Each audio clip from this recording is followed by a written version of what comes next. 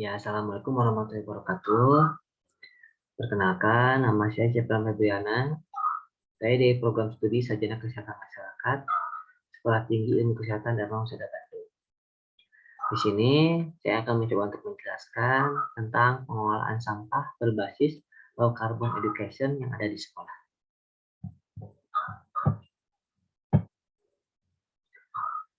Nah, yang pertama, ini untuk pengertian sampah. Sampah adalah sisa suatu usaha atau kegiatan manusia yang berwujud padat, baik berupa zat organik maupun anorganik, yang bersifat dapat terurai maupun tidak terurai, dan dianggap sudah tidak berguna lagi sehingga dibuang ke lingkungan. Yang selanjutnya adalah klasifikasi sifat sampah. Ini untuk klasifikasi sifat sampah ini dibagi menjadi dua. Ada sampah yang mudah terurai, ada sampah yang tidak mudah terurai. Nah, yang pertama, sampah yang mudah terurai, yaitu sampah yang dapat diurai secara alami melalui proses fisik, kimia, maupun biologis. Pada umumnya, jenis sampah ini berasal dari bahan-bahan organik yang dihancurkan oleh mikroorganisme. Nah, untuk yang selanjutnya adalah sampah yang tidak mudah terurai, yaitu sampah yang tidak dapat diurai atau sulit diurai secara alami oleh proses fisik, kimia, maupun biologis, menjadi molekul-molekul yang lebih kecil. Nah, contohnya ini terdiri dari bahan-bahan anorganik, bahan sintetis, dan bahan kertas keras lainnya. Misalnya logam, kaca, kayu, keramik, plastik. Nah, untuk yang contoh sampah yang mudah terurai ini adalah contohnya itu daun-daun, kemudian sisa dari sayuran, itu masuk ke sampah yang mudah terurai. Kalau misalkan sampah yang tidak mudah terurai, tadi ya contohnya itu kayu, keramik, dan plastik. Ini yang selanjutnya ada karakteristik atau jenis sampah di sekolah. Nah, sekolah sebagai tempat berkumpulnya banyak orang dapat menjadi penghasil sampah terbesar selain pasar, rumah tangga, industri, dan perkantoran.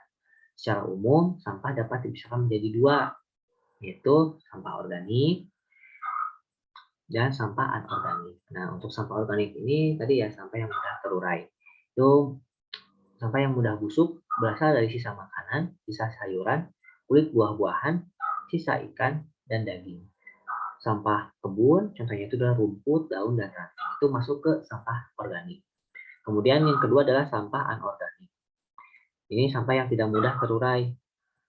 Ini sampah yang tidak mudah busuk, berupa kertas, kayu, kain, kaca, logam, plastik, karet, dan tanah. Sampah yang dihasilkan sekolah kebanyakan adalah jenis sampah kering dan hanya sedikit sampah basah. Sampah kering yang dihasilkan kebanyakan berupa kertas, plastik, dan sedikit logam. Sedangkan untuk sampah basah berasal dari guguran daun pohon, sisa makanan, dan daun pisang pembungkus makanan.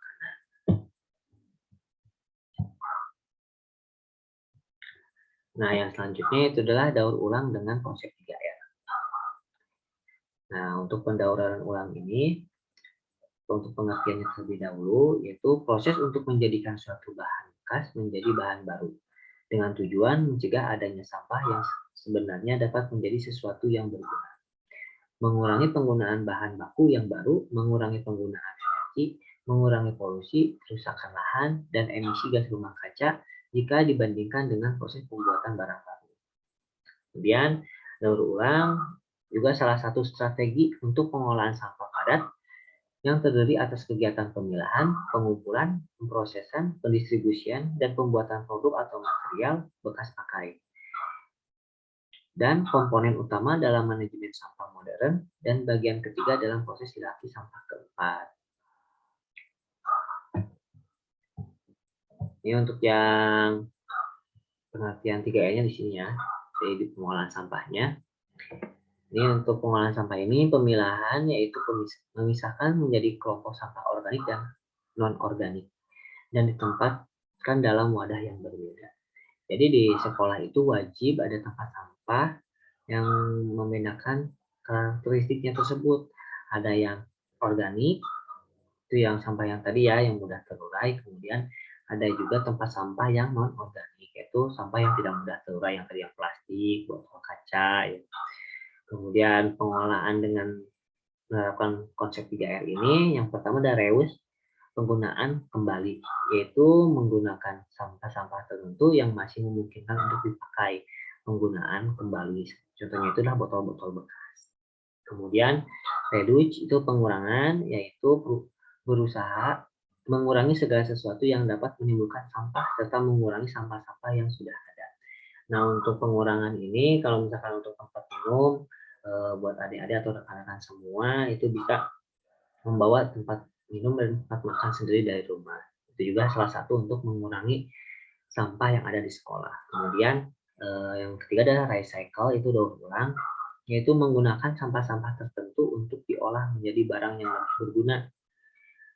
Daur ulang sampah, contoh untuk yang organik ini, yaitu untuk dijadikannya kompos. Ini untuk jadikan kompos ini tadi ya, yang udah terurai tadi, kayak rumput atau daun-daun dari pohon yang berjatuhan di sekolah, kemudian dari sisa sayuran, itu bisa dijadikan kompos.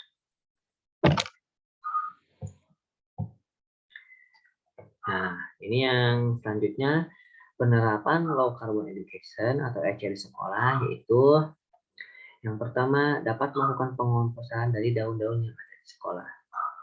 Yang tadi ya, dari sisa sayuran juga bisa. Kemudian yang kedua, melakukan daur ulang sampah botol plastik menjadi pot bunga ataupun barang lainnya.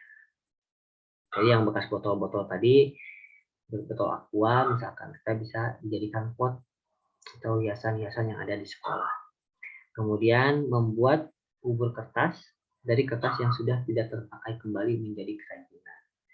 Jadi dari kertas yang sudah tidak digunakan bisa juga kita membuat kerajinan dijadikan bubur kertasnya. Kemudian yang selanjutnya membuat hiasan dinding dari sampah kaleng dan plastik. Kemudian mengumpulkan sampah kardus dan karton untuk dijual yang mempunyai nilai ekonomis untuk anak-anak. Jadi selain tadi untuk pengomposan, pendaur ulangan botol plastik, misalkan intensitas yang jumlah kardus ataupun karton, kertas yang ada di sekolah banyak, itu sebagian bisa dijual yang mempunyai nilai ekonomis untuk anak-anak yang ada di sekolah. Mungkin itu untuk penjelasan dari pengolahan sampah yang ada di sekolah. Terima kasih atas perhatiannya. Mohon maaf bila ada salah dalam pengucapan. Wassalamualaikum warahmatullahi wabarakatuh.